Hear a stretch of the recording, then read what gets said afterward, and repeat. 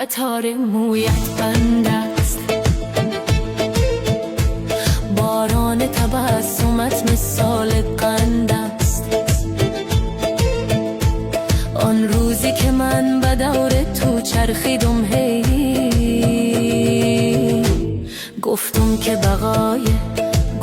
که بقای یک تبسم چند است.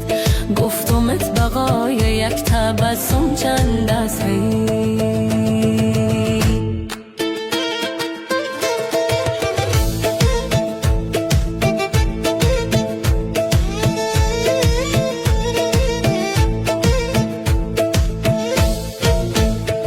مینو با شم قد دیوار خانه کنم،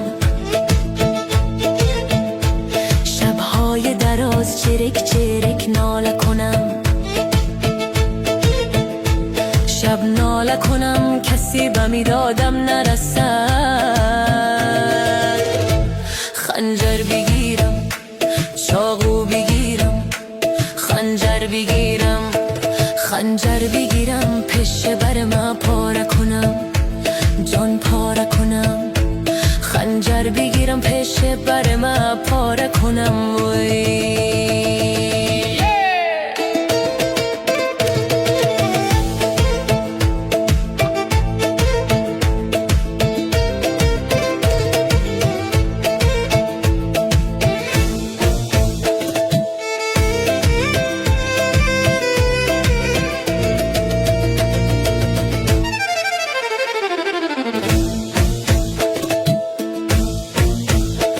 افتاده گلوله های دشمن به سرم،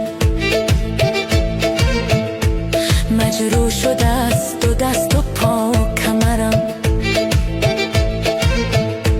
یگانه مراد من از دربار خدا ای، اندر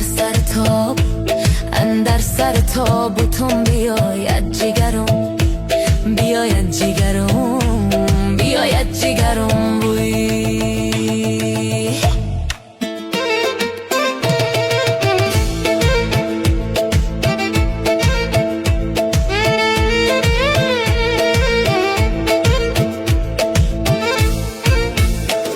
واخوان وطنم زمین شغلان وطنم،